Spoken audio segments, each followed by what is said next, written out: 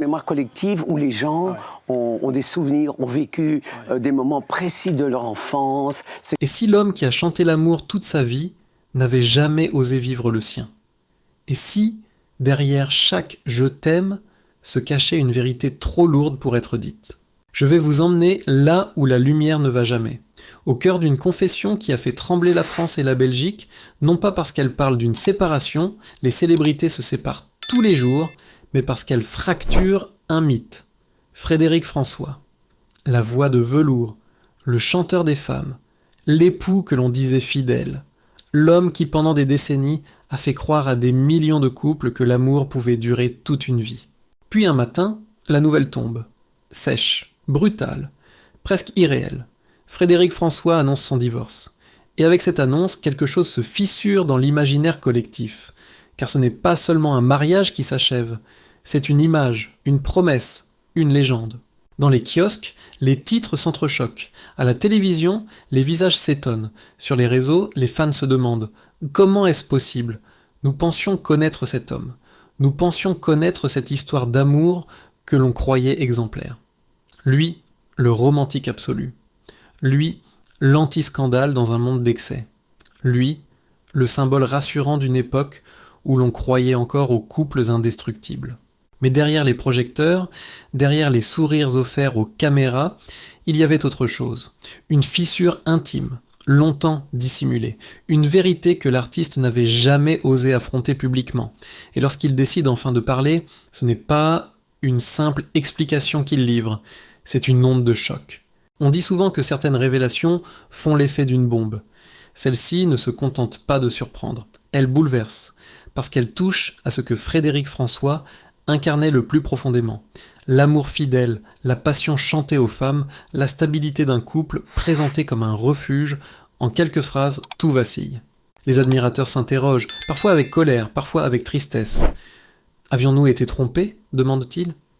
Les médias, eux, dissèquent chaque mot, chaque silence. On exhume de vieilles images, on relit d'anciennes interviews. Tout devient indice, tout devient suspect. Comme si, soudain, on cherchait dans le passé la trace d'un secret que personne n'avait voulu voir.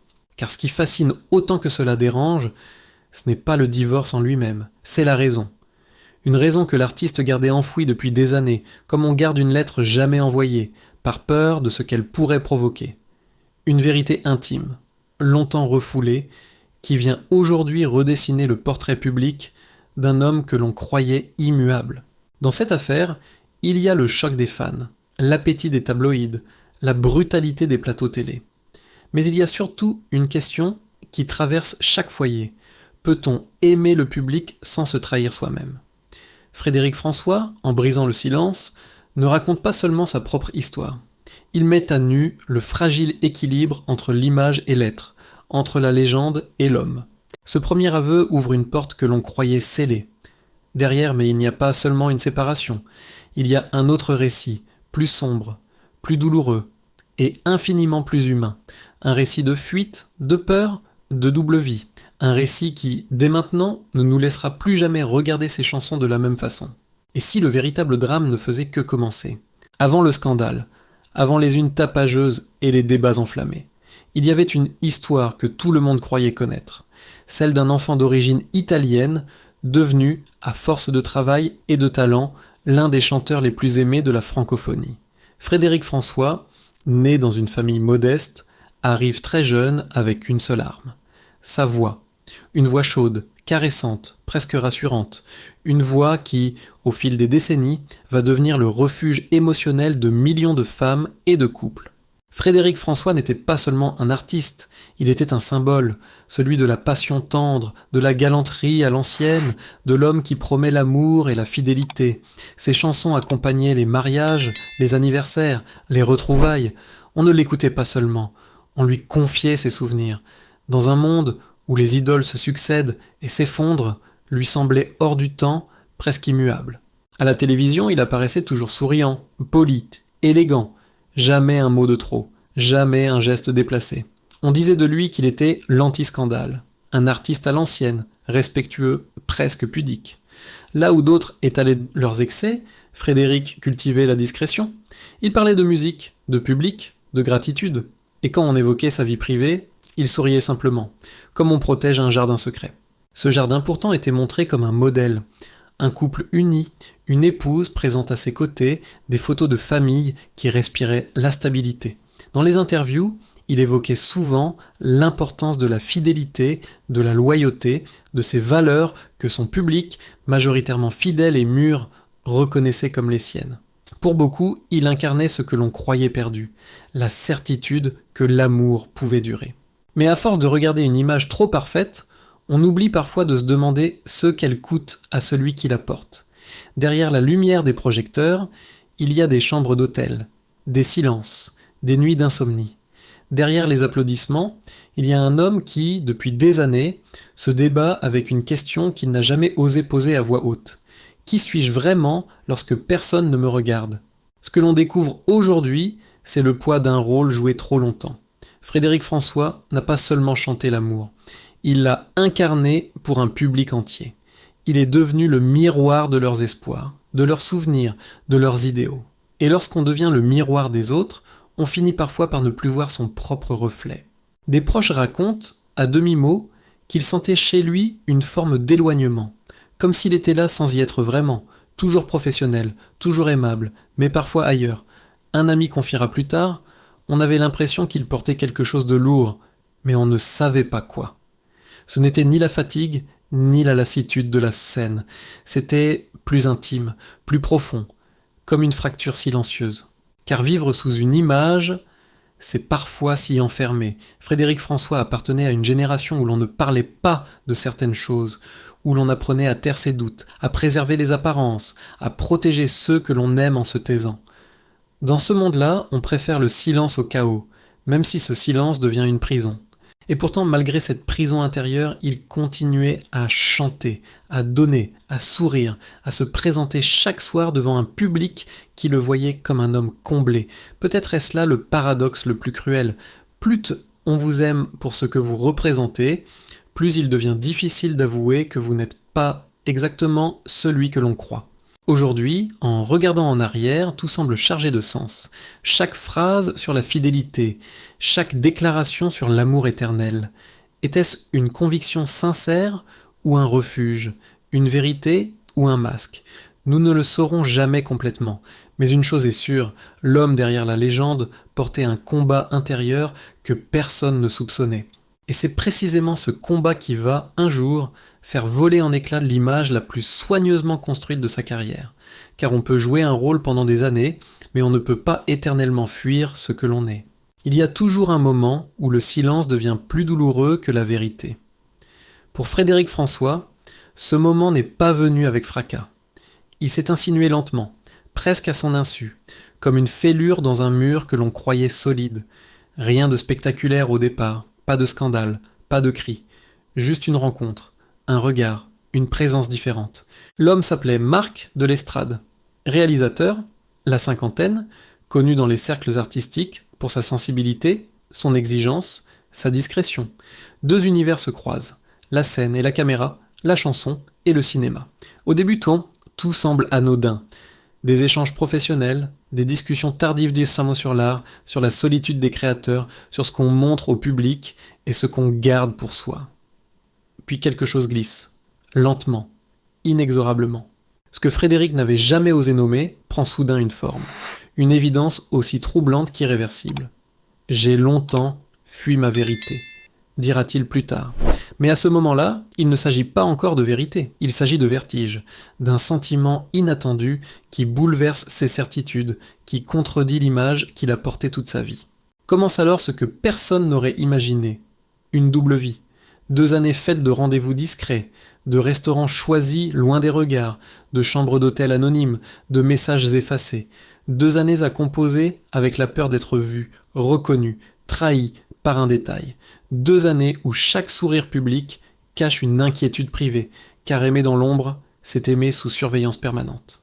À la maison, le quotidien continue, les habitudes, les silences, les gestes routiniers. Sa femme, son pilier depuis tant d'années, ignore tout. Les enfants ne voient qu'un père, parfois plus absent, plus lointain. À l'extérieur, Frédéric reste le chanteur des femmes, l'homme des romances éternelles. Et au cœur de cette mécanique parfaitement huilée, il y a ce secret qui bat comme un second cœur. Ce qui rend cette histoire si troublante, ce n'est pas seulement l'amour interdit, c'est le combat intérieur. Car Frédéric n'est pas un homme en quête de scandale. Il n'a jamais cherché la provocation. Au contraire, chaque pas vers Marc est aussi un pas loin de l'image qu'il a construite, de ceux qui l'aiment, de ceux qui croient en lui. Il aime, mais il se tait. Il désire, mais il se cache. Il vit, mais à moitié. Certains proches diront plus tard qu'il sentait un changement. Il était ailleurs, confiera l'un d'eux, comme s'il était partagé entre deux existences. Sur scène, il continuait à chanter l'amour avec la même intensité. Mais dans ses silences, dans ses regards perdus, quelque chose d'autre se jouait. Une fatigue morale, une tension constante. Car on peut tromper le monde, mais on ne se trompe pas soi-même. Des photos, aujourd'hui exhumées, prennent une résonance particulière. On y voit Frédéric et Marc lors de festivals, de dîners, de rencontres que l'on croyait purement professionnelles. À l'époque, personne ne soupçonnait rien. Aujourd'hui, chaque image semble chargée d'un sous-texte invisible, comme si l'histoire avait toujours été là, dissimulée, à la vue de tous. 2 ans. 2 ans à vivre dans la peur de l'exposition. 2 ans à mesurer chaque parole, chaque geste. 2 ans à aimer sans pouvoir assumer. Et surtout 2 ans à porter un mensonge qui finit par peser plus lourd que n'importe quelle rumeur. Car ce n'est pas seulement une épouse que l'on trompe, c'est une image publique, un public, une génération entière qui a cru à une histoire. Ce n'est pas un roman, ce n'est pas une fiction, c'est une tragédie intime, celle d'un homme qui, arrivé au sommet de sa carrière, découvre qu'il ne peut plus continuer à se mentir. Chaque chanson d'amour devient un miroir cruel. Quand tu chantes « Je t'aime », pensais-tu à qui ? Écriront certains plus tard avec amertume. Et cette question, Frédéric se la posait déjà dans le silence de ses nuits. La double vie a toujours une date d'expiration. On peut la prolonger, la camoufler, la rationaliser, mais elle finit toujours par réclamer son dû. Chez Frédéric François, ce ne sera ni un paparazzi, ni une fuite organisée. Ce sera quelque chose de plus implacable, la lassitude de se renier. Le besoin soudain vital de respirer à visage découvert. Le jour où il décide de parler, il ne met pas seulement fin à un mariage, il met fin à une époque, à un rôle, à une construction de soi. Ce qu'il s'apprête à révéler ne concerne plus seulement son couple, cela concerne son identité, et il sait au fond de lui que rien ne sera plus jamais comme avant. La confession de Frédéric François n'a pas mis des jours à faire le tour du pays. Elle n'a pas eu besoin de s'installer lentement, elle a frappé comme une déflagration. En quelques heures, les rédactions s'emballent, les plateaux télé se remplissent, les réseaux sociaux s'embrasent. Ce qui, la veille encore, relevait de l'intime devient soudain une affaire nationale. Les unes s'arrachent, l'idole des femmes aimait un homme. Derrière les chansons d'amour, un secret interdit. Chaque mot est pesé pour provoquer l'émotion, chaque titre conçu pour choquer. Les journalistes dissèquent la moindre phrase de l'interview, les chroniqueurs analysent les silences, les regards, les hésitations. Frédéric François n'est plus seulement un chanteur, il devient un sujet de débat, presque un dossier. Dans les foyers, les réactions sont vives. Certains se sentent trahis. « Il nous a menti », écrivent-ils. Toutes ces chansons, toutes ces promesses.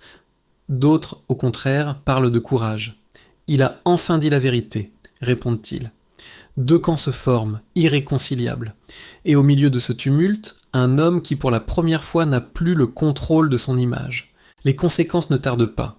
Des concerts sont reportés. Officiellement pour des raisons logistiques. Officieusement parce que les producteurs redoutent les réactions du public, les sifflets, les annulations de billets. Sur les plateformes de streaming, le phénomène est paradoxal. Certains fans boycottent des chansons, d'autres les écoutent en boucle comme un geste de fidélité. Le scandale détruit, mais il attire aussi. Les plateaux télé se transforment en tribunaux médiatiques. Faut-il parler si tard ? Avait-il le droit de cacher cette vérité pendant des années ? Est-ce un acte de liberté ou une trahison ? Psychologues, sociologues, anciens collaborateurs se succèdent pour interpréter l'affaire Frédéric François. Chacun a sa lecture. Certains évoquent le poids d'une époque, d'autres soupçonnent une stratégie, presque un calcul, pour relancer une carrière. Dans cette guerre des interprétations, la nuance disparaît. Et comme toujours dans les tempêtes médiatiques, les images ressurgissent. De vieilles photos, autrefois anodines, prennent soudain une valeur explosive. Un dîner, un regard complice, une présence répétée. Ce qui passait pour une relation professionnelle est relu comme une preuve. Le passé est réécrit à la lumière du scandale et chaque souvenir devient suspect.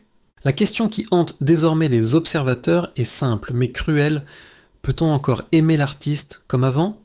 L'homme qui incarnait le romantisme hétérosexuel, la fidélité chantée aux femmes, est désormais associé à une histoire d'amour cachée, à un secret longtemps dissimulé. Pour une partie du public, l'icône s'est brisée. Pour une autre, une nouvelle figure apparaît, celle d'un homme qui a osé se dire, même au prix du chaos.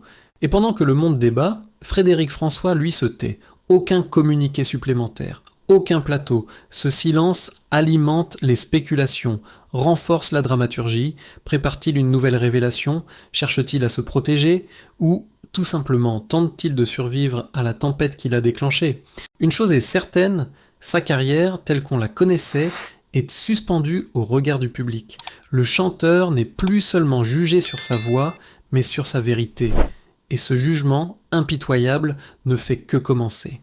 Derrière le tumulte des plateaux télé, derrière les titres en lettres capitales et les débats enflammés, il existe un autre théâtre. Un théâtre sans caméra, sans applaudissements, sans montage. Celui de l'intimité brisée. Car si la confession de Frédéric François a bouleversé le public, elle a surtout ravagé un cercle beaucoup plus restreint, celui de sa famille. Son épouse, longtemps décrite comme la femme de sa vie, la muse discrète, le pilier silencieux de sa carrière, découvre soudain que l'histoire qu'elle croyait partagée depuis des décennies n'était pas celle qu'elle imaginait. Selon des proches, le choc est immense. Il ne s'agit pas seulement d'une séparation, mais d'un effondrement de sens. Pendant des années, j'ai cru vivre une histoire d'amour exemplaire, aurait-elle confié. Je ne me doutais pas qu'il partageait son cœur ailleurs. Les paparazzis ne lui laissent aucun répit. On la photographie sortant de chez elle, lunettes noires sur le visage, le regard fermé, comme si la douleur devait désormais se prouver en images. Ces clichés font le tour des réseaux sociaux, transformant sa souffrance en symbole. Elle devient, malgré elle, l'icône d'une trahison conjugale exposée au monde entier. Ce qui aurait dû rester un drame privé devient un spectacle. Les enfants, eux aussi, se retrouvent au centre de la tempête. L'un d'eux publie un message de colère avant de le supprimer. Pourquoi avoir attendu si longtemps ? Pourquoi nous infliger cela publiquement ? Puis vient un second message, plus mesuré, appelant au respect de la vie privée. Mais le mal est fait.